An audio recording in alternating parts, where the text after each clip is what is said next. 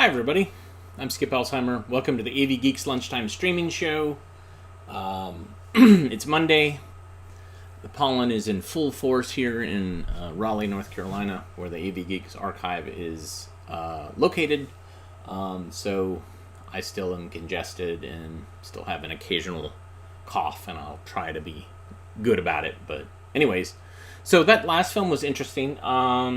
It was from the Mogul Brothers collection. I don't know if you caught the title, but they misspelled it. They called it Arcadian Land versus Acadian Land. And we got to see Bay of Fundy, which showed up in the Paul Bunyan animated film that we saw on Thursday, I think. Anyways, we watch old 16mm films here, and we got so many. We have more than 30,000, and we have only seen, I don't know, 2,671. So we have a ways to go. So I have set up on the Telecine over here, which is a machine we use to transfer films live via a series of lenses and cables and pipes and tubes. So this is Why We Need Doctors. Enjoy.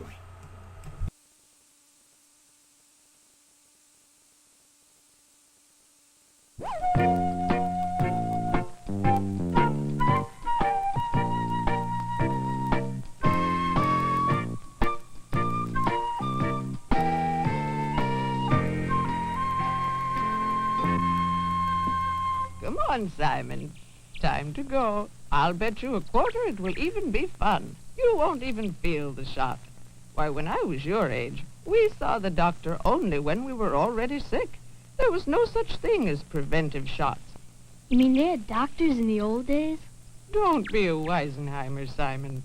When I was a little girl, I was sick an awful lot. A lot of children were in those days.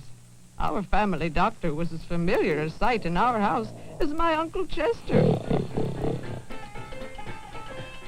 Dr. Turnover even knew our dog by name. Howdy, Rover.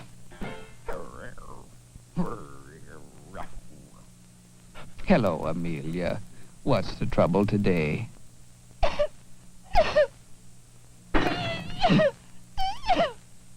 Oh, it's the whooping cough, all right. It's the whooping cough, Uncle Chester. Oh, no. Was it very bad? Yes, but I got better. Today, thanks to preventive shots, no one has to get whooping cough. Or smallpox, another illness many people used to get. I never had smallpox, but not long after I recovered from the whooping cough, Dr. Turnover had to be called to our house again. Hello, Fido, old boy. Let's go see Amelia.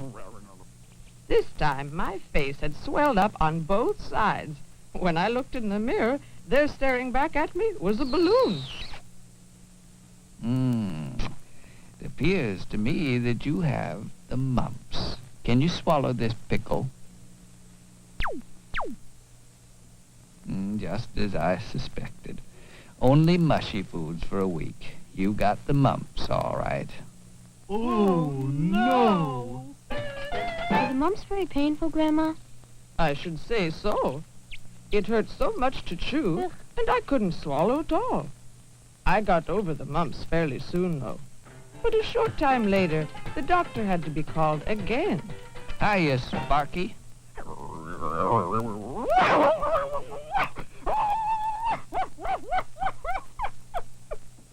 This time, I had a fever and a runny nose. There were red spots all over my body. I looked like a page in one of your follow-the-dot books. Amelia, you didn't paint all these little red spots on your face, did you? No, Dr. Turnover. I know. It was just a joke. You got measles. Bed for a week, my girl. Oh, no! Children back then got lots of other illnesses, too. Things like rheumatic fever, which made their joints swell. And then there was diphtheria, which gave them very sore throats and terrible trouble with their breathing. and scarlet fever, an illness in which their skin would often begin to peel before they got better. Sometimes children became so sick that they died. I was very lucky. I always got well.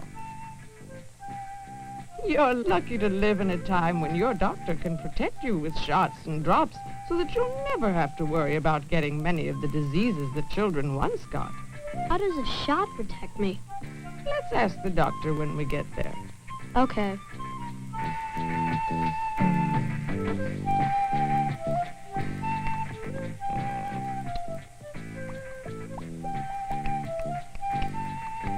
Simon, you're next. How you doing, Simon? Okay. What's that funny smell? What smell? That smell. Oh, that smell. Just alcohol. Everything here has to be absolutely clean, and alcohol helps keep things clean. In fact, I'm going to put some on your arm right now. Feels nice and cool. We keep gallons of this stuff around here. Where? Right up there on the top shelf. Well, that's it. Already? It's over? Yep. Now you're protected from diphtheria, tetanus, and the whooping cough. Wow, and all with one shot. My grandmother had whooping cough when she was little.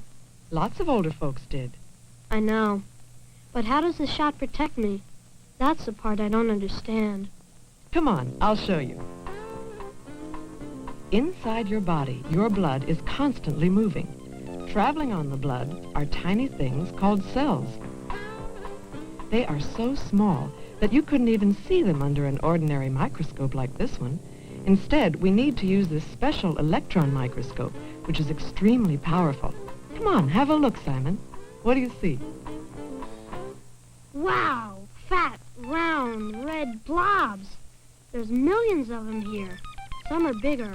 They're the white ones. Those white cells are your body's germ fighters. Not all germs are bad guys that make you sick, but some do. Bacteria and viruses are two different kinds of germs. Although they're tiny, they can do a lot of damage. Some bacteria can give you the whooping cough. What the shot does is to put your body on the alert by sounding the alarm. How does it do that? What I injected into you were a few whooping cough germs. Uh-oh. Don't worry. They're too weak to harm you. You see, Simon, bacteria come in different shapes. Some are round and grow in clusters. Some are shaped like little spirals. Others are long and thin like rods. No matter what the shape, some bacteria can make you very sick. They can give you diphtheria, tetanus, and the whooping cough. But the whooping cough germs I injected you with are going to put your germ-fighting white cells on the alert. The first thing that happens is that they begin to swell up. That's because they're making a germ-killing chemical called an antibody. Soon the antibodies pour into your blood and travel to every part of your body, your arms, hands, legs, feet. They're out to kill those weak whooping cough bacteria that were in the shot I gave you. Yes, Simon, right now there's a great battle going on inside your body. I don't feel a thing. Most kids don't. But once your germ-fighting white cells have been put on the alert, they continue to fight any whooping cough germs that might enter your body in the future. Of course, not all germs are bacteria. Some germs are called viruses. They can do a lot of harm, too. Polio, for example, is caused by a virus. But we're going to protect you against that, too. With another shot? No. Some weak polio germs are in this sugar cube. When you swallow it, your body's virus-killing cells will go to work. I have killer cells in me? Yes. Some of the white cells you saw under the microscope are killers. As soon as they find the virus germs you've just swallowed, they'll go into action by wrapping themselves around those germs and killing them. Then you'll be protected against polio. So that's how it works. What's that thing you've got now? It's called an ophthalmoscope. With this instrument, I can clearly see the tiny blood vessels that are in the retina, the part of your eye that receives images. It's important to have an occasional look at these vessels. Why? Because, in a way, their condition reflects your general health. They can signal certain illnesses, like diabetes or high blood pressure. But my ophthalmoscope tells me that you have nothing to worry about. The blood vessels in your eyes are in terrific shape. Do you have any other neat machines around here? Well, there's our X-ray machine in the next room. Want to take a look at that? What does this do? It's a camera that takes pictures, but only of your insides. Now, if you'd twisted your arm, we could find out if you'd broken any bones just by using this machine. These are what the pictures look like. You can see that this child had a broken finger. The pictures tell us just which bones need mending. But before we'd start to fix any of your bones, we would first give you a general anesthetic. That's something that puts you to sleep so you don't feel anything. This place is really great.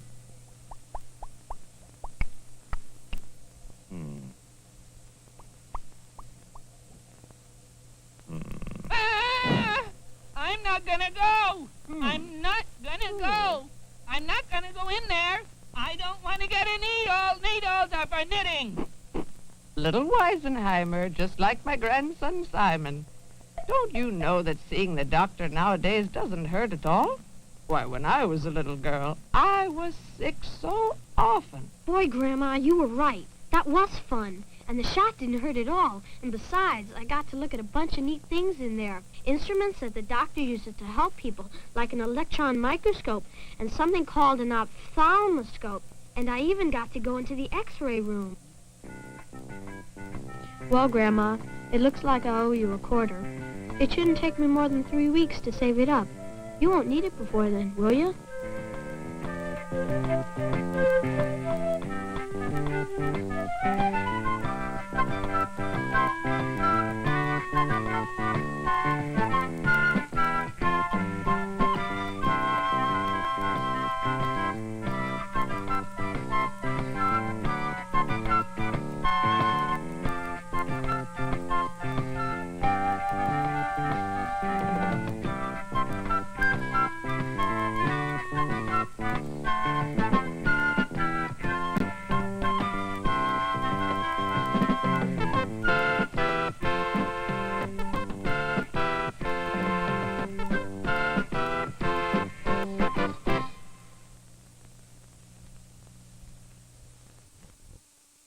All right.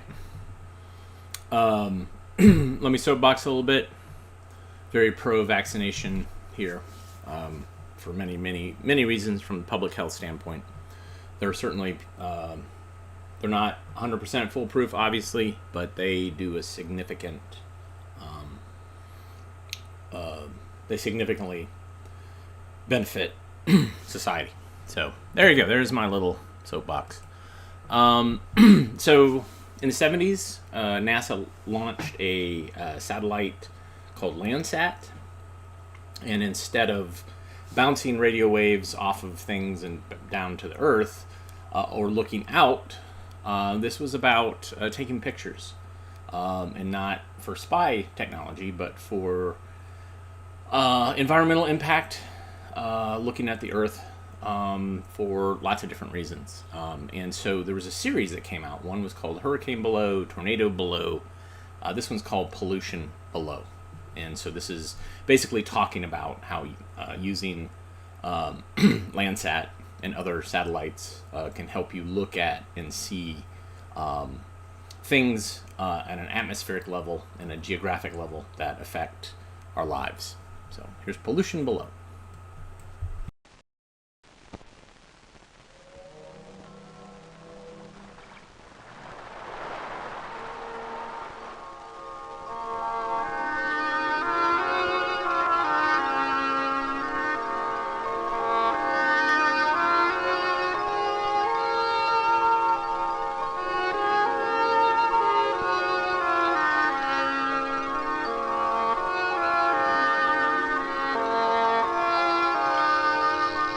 The end of autumn, and some fishermen braved the pre-dawn cold to try their luck and skill on a Thanksgiving day not so long ago. Elsewhere on the same day, kayak champion Tom McEwen gets himself ready for the Olympic trials by taking on the challenge of an unfamiliar river.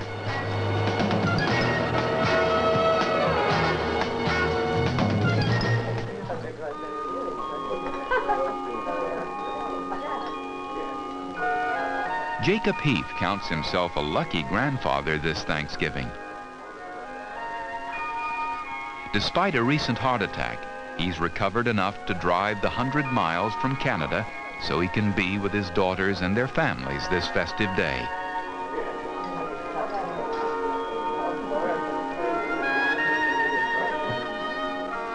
Separated across the miles, these people will never meet. Yet on this day, they will share a common hazard. Each will have a close brush with destiny. Some will escape it untouched. Others may not be so fortunate.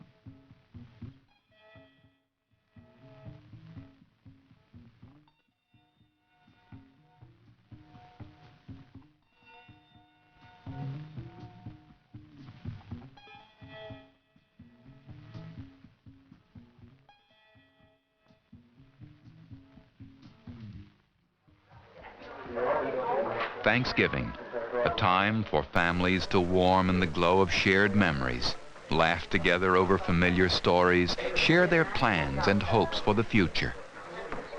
There's little thought here of the world's problems, little thought of pollution.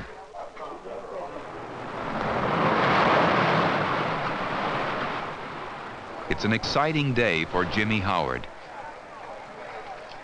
The first time his father has taken him fishing.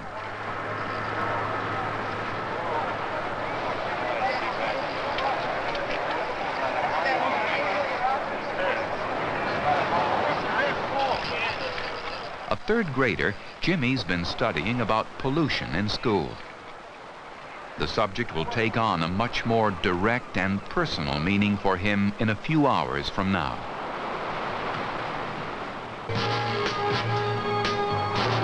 Tom McEwen has kayaked the rapids of many a stream and river. He makes whitewater kayaking look so easy you almost forget about the skill involved. He rarely gets overturned. If he does, he can go right on under and come up the other side, hardly losing a stroke.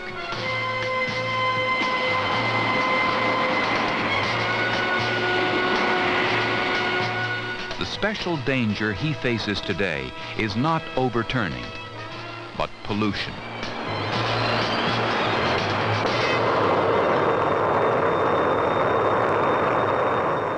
Pollution was always something we saw close up, or not at all, until the National Aeronautics and Space Administration gave us a global view from high above. Pictures the spacecraft send back to waiting scientists have greatly expanded our knowledge of pollution, how much there is, where it is, what's causing it, and how we can combat it. A star performer among satellites, Landsat every day snaps hundreds of electronic pictures. It takes 3 images at a time in separate frequency bands. When combined in special ways, composites of these photos reveal startling new looks at the Earth. The pictures roll out of the processing lab in a never-ending stream and provide vital information to researchers all over the United States and around the world.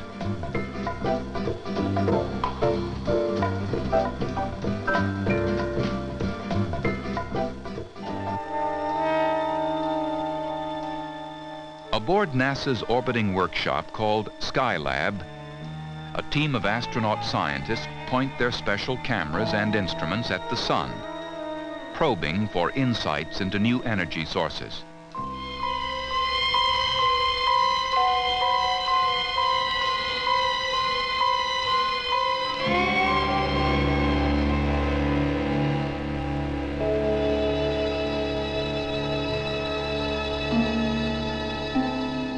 The vast array of sophisticated equipment is primarily focused on the Earth. to discover new ways of understanding some of our problems. Tom McEwen reminds us of the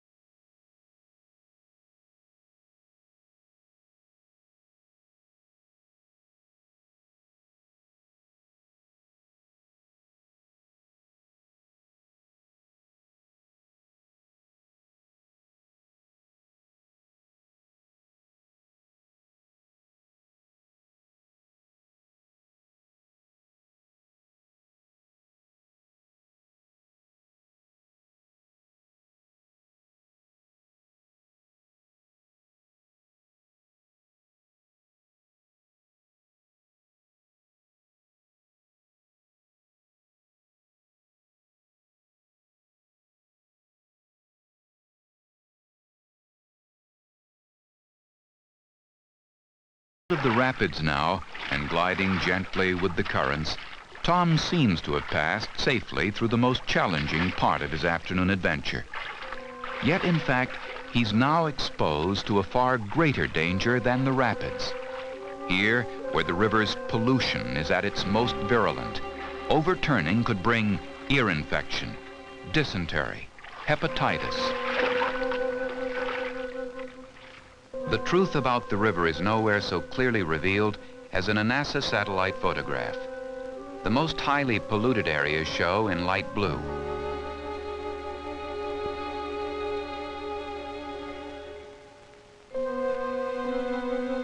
By adding artificial colors to different photo images of the same scene, researchers have learned how to unlock a fantastic array of earthly secrets.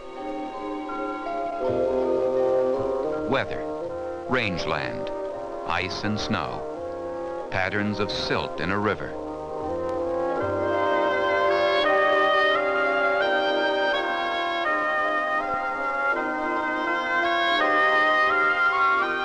A fairy land of unearthly colors, packed with messages for the knowing observer. Oil spills and algae blooms, stream erosion and strip mining, smoke clouds and smog. A satellite photo taken on that Thanksgiving Day.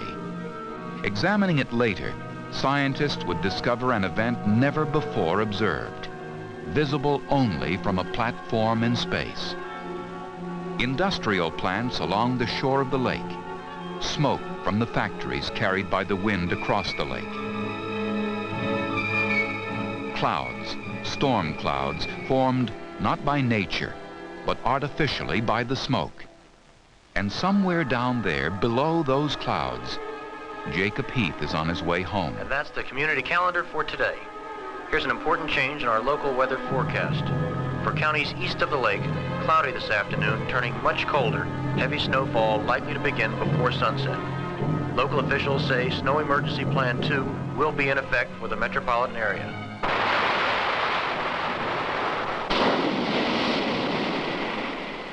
The afternoon is wearing on, and Jimmy and his father have only one fish to show so far. Not much, but enough to please a young assistant fisherman on his first time out. Hey, on the shore, don't eat that fish. We just got word they may be poisoned. Hey, don't eat that fish. They may be poisoned. Poisoned. The fish may be poisoned. Men who have grown up fishing in these waters are stunned by the news. To Jimmy and the other boys, it's bewildering. How could it have happened? An artificial color photo from a NASA satellite reveals what is invisible to the naked eye. Offshore is a dumping ground for acid waste, but one toxic load has been accidentally dumped much closer to the coastline. Now tides are carrying it toward the shore.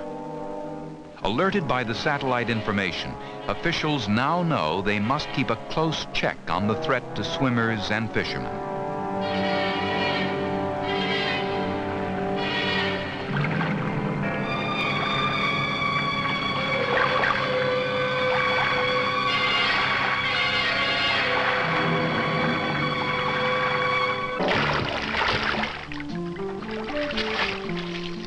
Tom McEwen has not escaped the hazard that surrounded him. He has brought his kayak safely through the white water, even though pollution still remains a constant threat in the Potomac River, even as it passes the historic shrines of Washington, D.C.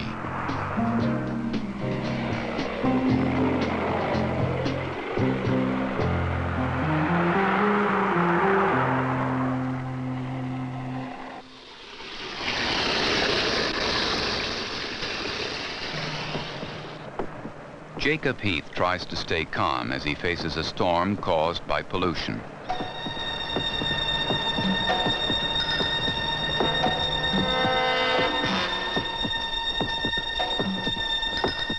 Never before had this been so directly observed.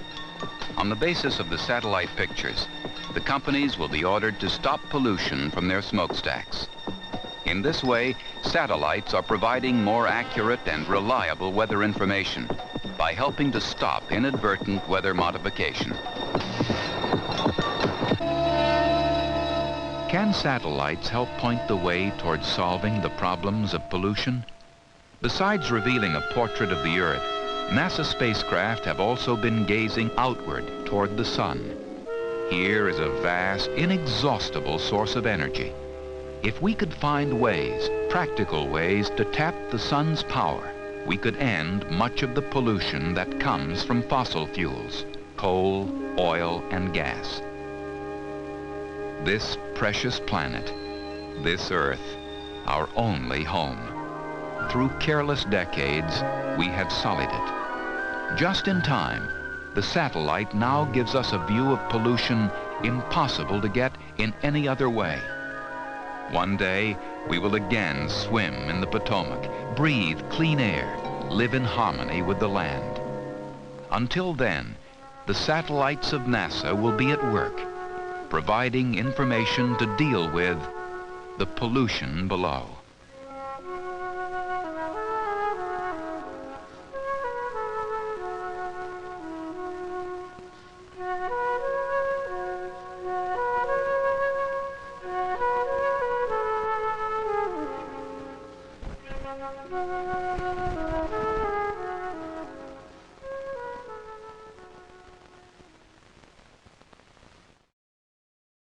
That was a bit of a downer.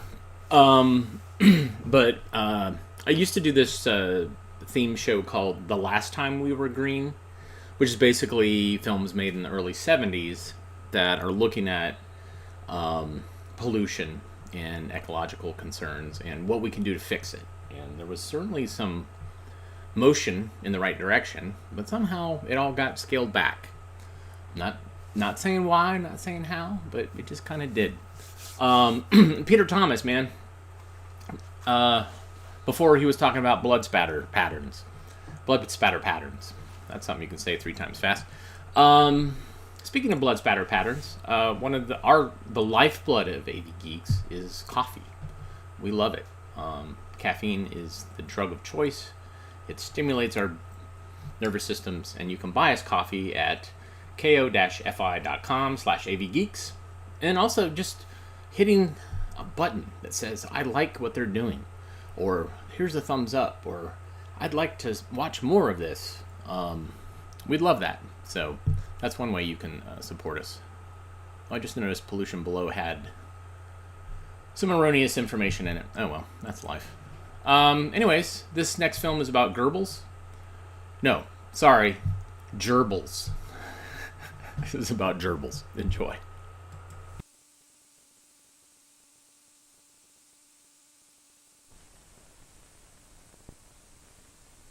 This is our class's new gerbil. He's soft and playful. We call him George.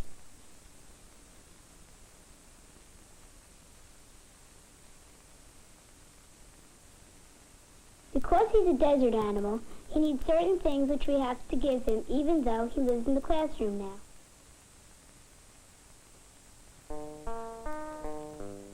Can we hold him? Yes, but be careful, though. He's not used to being handled. He's going to live in a quiet place in our classroom. Let's put him back into the tank.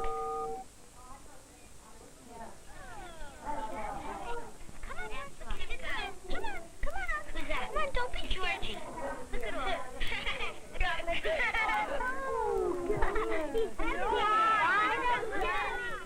We put wood shavings in the tank for him to make a nest with and to absorb waste, but we still have to clean the cage every 2 or 3 weeks. Let's give him some wood. He's a rodent. Mice and hamsters are rodents, too. A rodent's teeth never stop growing. He has to chew on hard things to keep his teeth down. Let's give him some paper. Is he eating it? No, he'll use it for his nest.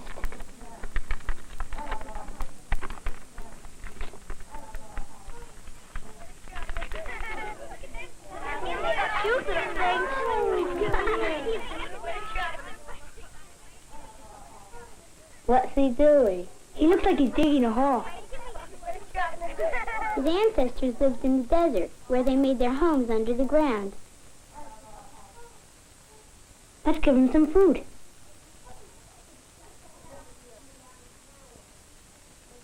What do you think he'll eat?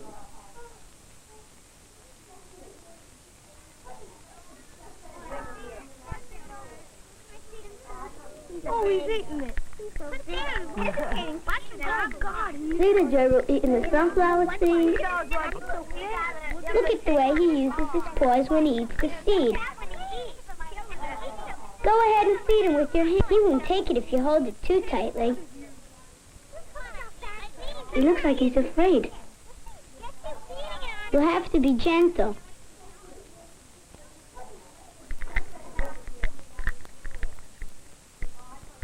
Let's leave some seeds in his cage.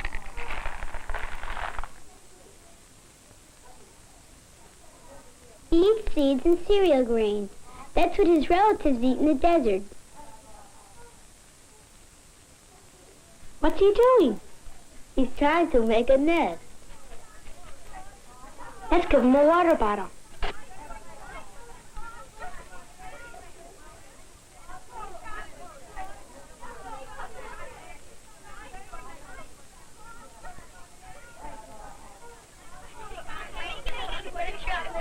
He usually doesn't drink much water. His ancestors came from the desert. There isn't much water there.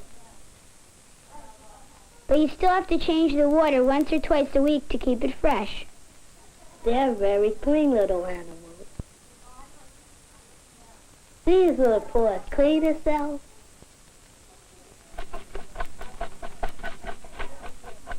You can give him a wheel to run on. They play with all sorts of other toys, too.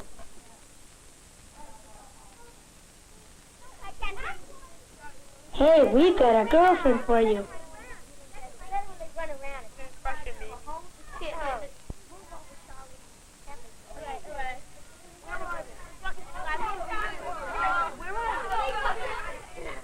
It's better for them to live in pairs. Usually, you shouldn't put the same sexes together, though. They might fight. Watch them closely when you first put them together anyway, just to make sure. Let's give him something to play with.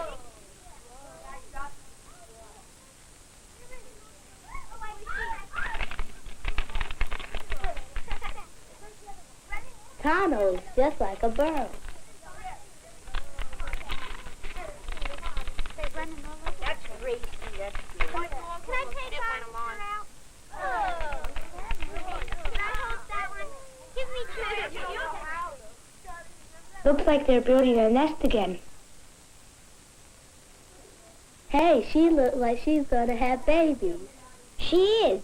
It takes 24 days for the gerbil babies to grow inside of her.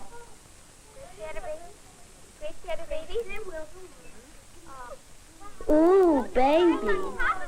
They're so tiny. They don't even have any hair. Look at her belly button. That's where he was attached to his mother when he was growing inside her. What's the matter with their eyes? Don't worry, they'll open soon. Hey, that one's getting away from the nest. Shall we bring them back? No, you mustn't touch them until their eyes open. The mother can take care of them. See, she's looking for him.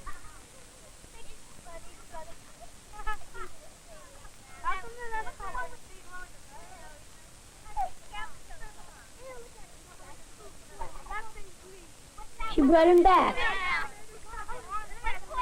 Now she's resting.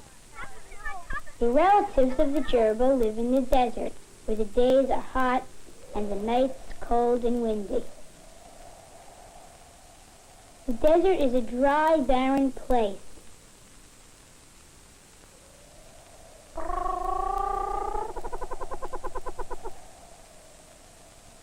As the sun sets, many desert animals come out to find food.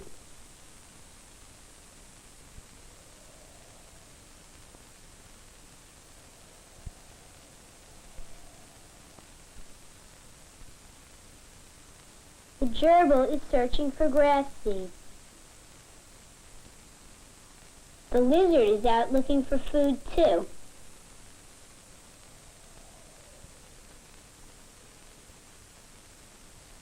The gerbil has to watch out for other hungry animals, like the owl.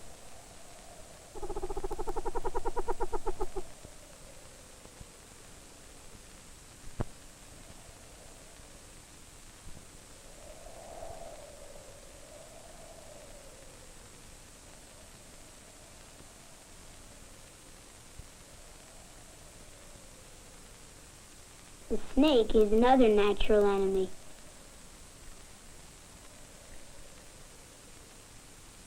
He moves through the sand to catch the gerbil.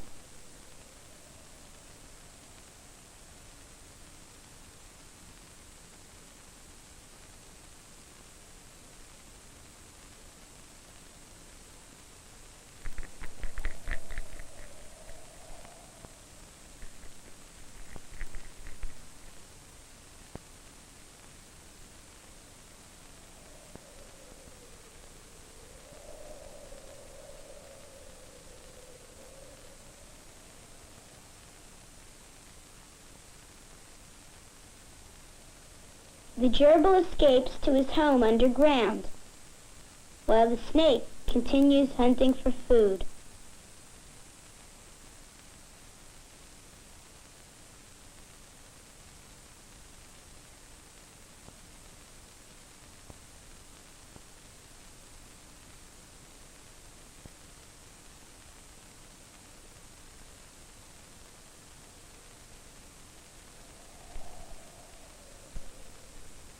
Mother gerbil lines the nest, while father gerbil still searches for food.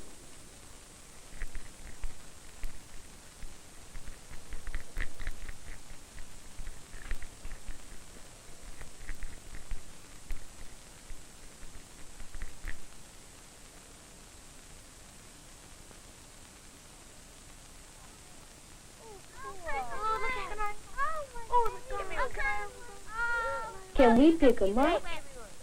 Yes, but don't surprise him. Lift him by the base of his tail and push him right into your hand. Don't dangle him. Don't squeeze him. He's really fun to play with. Very gently. Let's take the other one out now. Remember, by the base of the tail. Come here, you. Gotcha.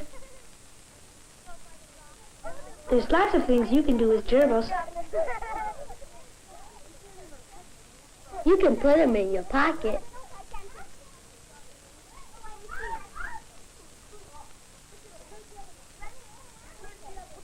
You can make a maze, and each time he runs through it, measure how much less time it takes for him to find the seeds in the middle.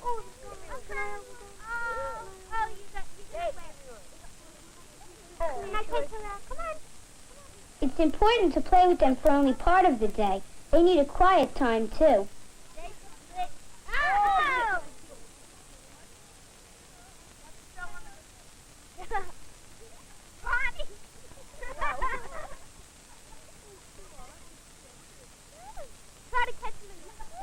Gerbils are quick, so be careful he doesn't fall off the table. Make sure there are no sharp edges on the toys. If you take good care of gerbils, they're really lots of fun.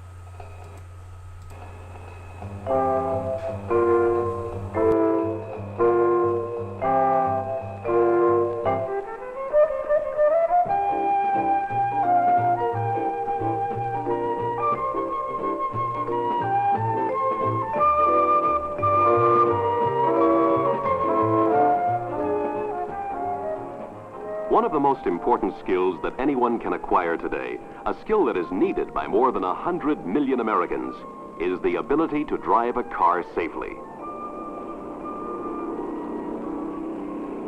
According to leading safety authorities, improper driving is a contributing factor in about 80% of traffic accidents. To help remedy this situation, many efforts have been made, including school-age training, to improve techniques and educate motorists in safer driving habits. But a nationally known safe driving expert, Harold L. Smith, who teaches teachers, decided that what was needed was a simple driving system founded on a few logical rules that the driver could remember easily and could apply almost automatically in all driving situations. Drawing on his long experience, Smith developed, tested, and perfected his rules. They became a truly basic approach to the problem. He realized that two things are of paramount importance to drivers: space for the car and visibility for the driver. What he had developed was a 5-step formula to create a space cushion he could keep with him wherever he drove and to acquire and maintain visibility at all times. Here are his 5 rules. Aim high in steering. Get the big picture. Keep your eyes moving. Leave yourself an out. Make sure they see you. Now, with these rules, any driver can greatly improve his driving skill. It is estimated that the average motorist is only half as good a driver as he could be.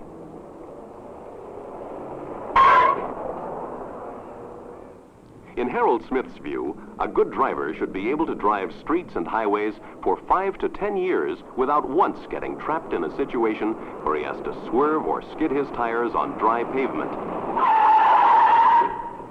to avoid an accident. To take up the rules one at a time, the first is aim high in steering.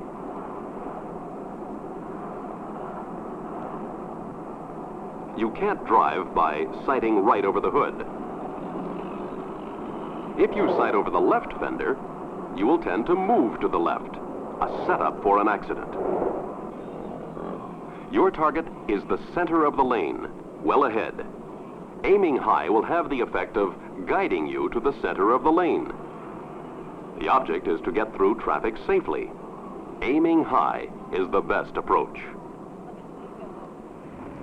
You must automatically reduce your speed when visibility is poor because of bad weather, and you must look lower to find your steering path. And at night, you must drive even slower because you see only the spray of your headlights, and you are forced to use low aim steering. Aiming high is imperative in following rule number 2. Get the big picture. The big picture is sidewalk to sidewalk wide and a block deep. Now, what's happening up there? The truck will probably stay in his lane. This car, will he cut in front of us? Will someone pull out of a parking place at the curb?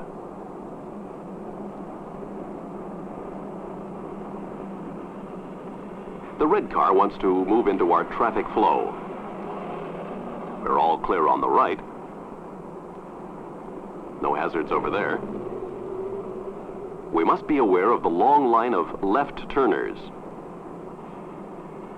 Our big picture seeing keeps us informed and safe. But you can't have visibility if you haven't a clear view ahead. If you follow a truck, your only clue as to what is coming up are his brake lights.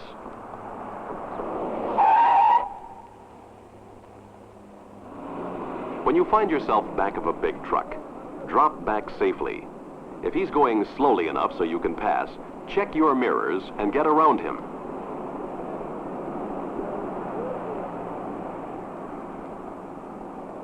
To give yourself space and visibility. Rule number 3 is keep your eyes moving. Scanning the road continuously gives you what amounts to a widescreen view of the situation ahead.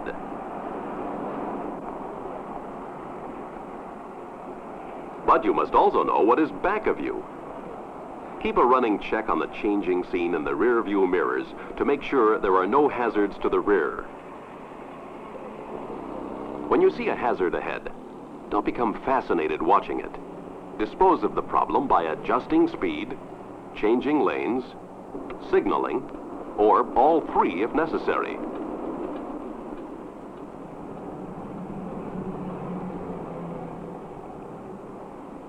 These 3 seeing habits of the Smith system are keys to getting and keeping space and visibility. As you drive along, it must be automatic for you to know where to go if someone else does something unexpected. Leave yourself an out. Your space cushion should travel with you wherever you go.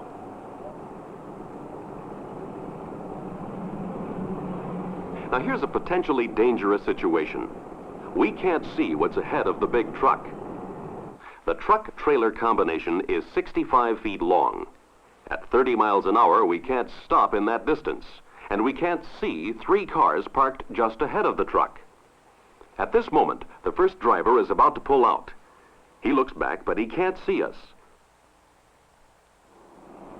Of course, he's taking a chance, but he wheels out right into our path. We can't stop in time, but fortunately, we can stop the film and avoid a crash. We can also go back and do it over, but this time we leave ourselves an out.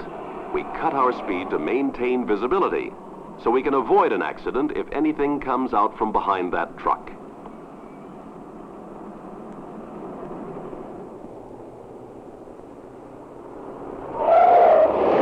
Both drivers were going too fast, because neither could see the other until it was almost too late. Most collisions result from mistakes by drivers. Leave yourself an out and reduce your chances of having an accident. Rule number 5 is this: make sure they see you. How can you be sure other drivers and pedestrians see you? The horn. Lights, even in daylight. And eye contact are your communication tools on the road. Use them positively. This way, the other person knows you are there and has a good idea of your intentions. Make sure they see you. For example, down a line of parked cars, the vacant steering wheels indicate cars that will stay put.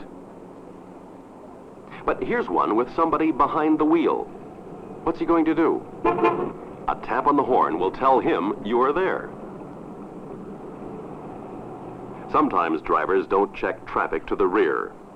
We sound the horn lightly, and we get eye-to-eye contact. Harold Smith says the horn is too often used simply to express alarm or deliver an angry blast.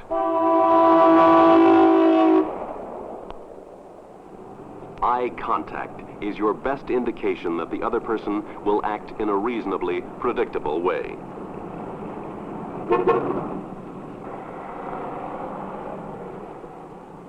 Hand signals and lights will also help you communicate with others on the street.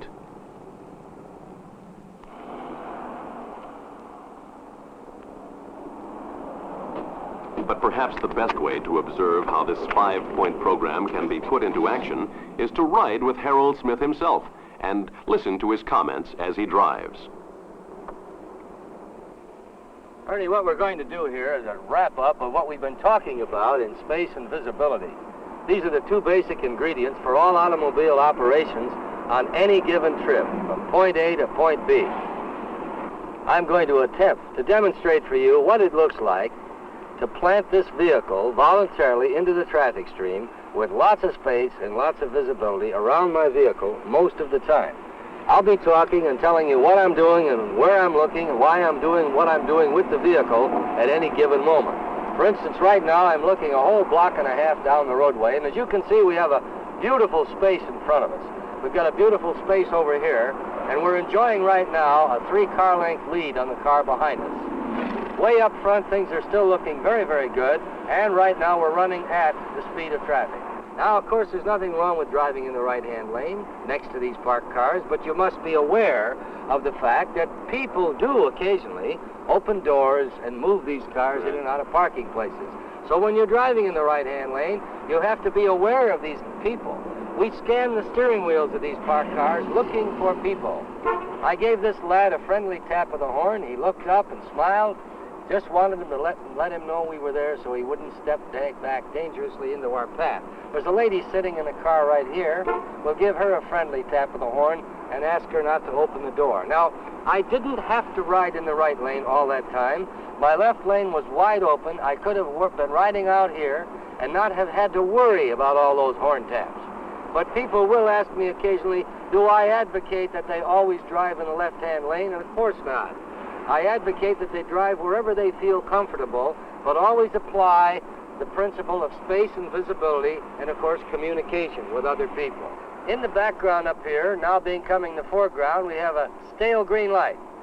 We are approaching now and just past the point of no return. You mean by a stale light that's been on for a while? It's been green for some time. A stale green light is a green light that was green when I first saw it. So I must assume that it could go against me at any time. It's a defensive outlook. Right. Fellow up here is trolling for a parking place, or he's trolling for some address, not paying too much attention to his driving. Gave him a friendly tap of the horn just to let him know we're about to move into his blind spot. Moving along at the speed of traffic. Got a beautiful space up front. Got a red light in the background. Driver at right angles is looking at us. That's the eye contact we refer to. And all is clear all around us. We have a bad situation up front because that big billboard, and that billboard, I mean that truck, any big vehicle, large displacement vehicle, that blocks your forward view, we refer to affectionately as a billboard. And you can't see through them, around them, under them, or over them. So they usually are hiding something that you have to slow down to see. Have to stop for this one, that's quite obvious. Now, after this vehicle up ahead starts to move, I'm going to sit here with my foot on the brake and mentally count to 3 before we put this vehicle in motion. The object here is to get an immediate, instant space cushion so that I can take my eyes off this fellow and look way up the block. The only way that you can consistently get a big picture. Keep your eyes running 8 to 12 seconds. That's a block down the roadway. Leading your vehicle at 30 miles an hour is to be a minimum 6 car lengths away from the nearest vehicle in front. You won't have to concentrate on that car. You can have that peripheral I always running for you. like to say that I can comfortably take my eyes off of it. I mean, it feels good in the pit of my stomach, even when I'm not watching it. Now, Ernie, we've covered a lot of the points and the situations you encounter on this kind of a street. In a few minutes, I'd like to take you out on the freeway, and I'd like to show you how we apply the same principles of the Smith system out where traffic conditions are somewhat different. We don't have parked cars, cross-street signal lights, but we do have entrance and exit ramps, and we have much higher speeds to encounter.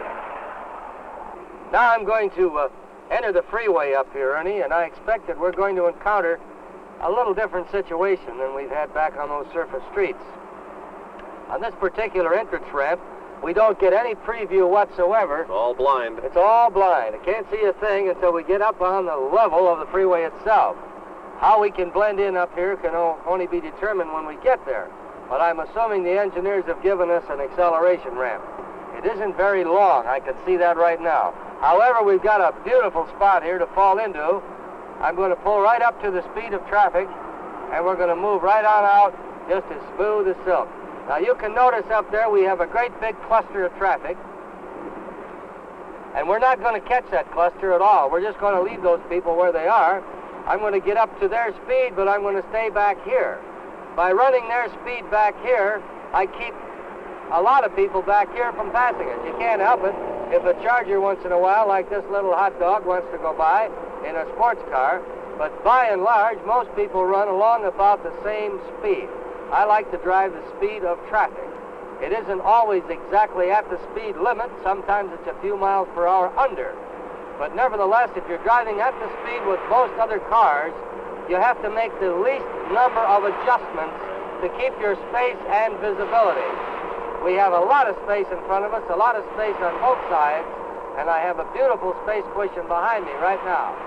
As we round the bend, I can see way up the fellow that's setting my pace is in the blue car up there, just disappeared around the curve. You really don't have any time racing into a traffic pattern having to slow down anyway, so might as well stay where you are. That's absolutely right. You see, again, there's a cluster of them all grouped together up there, and I don't want to join that mob. I don't want any part of it. I want to stay by myself. We got space here, space there, a lot of space in front, and a beautiful cushion behind us. We're doing all this by making little adjustments of the accelerator. Sometimes we pick up a little speed, sometimes we let up on the accelerator to drop our speed. Now I'm going to move over into the right lane because we're getting ready to get off up here. This is the Smith system in action, the working formula for space cushion driving. Space for the car and visibility for the driver. I like to get over here and decelerate off of the main roadway if you have such a deceleration lane. And in many parts of the interstate system, we do have lanes like this, and most motorists don't take advantage of them. I don't like to use my brakes out there on the main portion of the main travel thoroughfare. Also gives the fellow behind you a definite cue that you want to get off at Exactly. the next He ramp. knows exactly what I'm going to do. Takes all the guesswork out of it. Aim high in steering. Get the big picture. Keep your eyes moving. Leave yourself an out. Make sure they see you. You'll find these principles can be applied in every driving situation, on all streets and highways, wherever you go. So next time you drive, make space and visibility work for your comfort and safety. Be a better driver and enjoy yourself.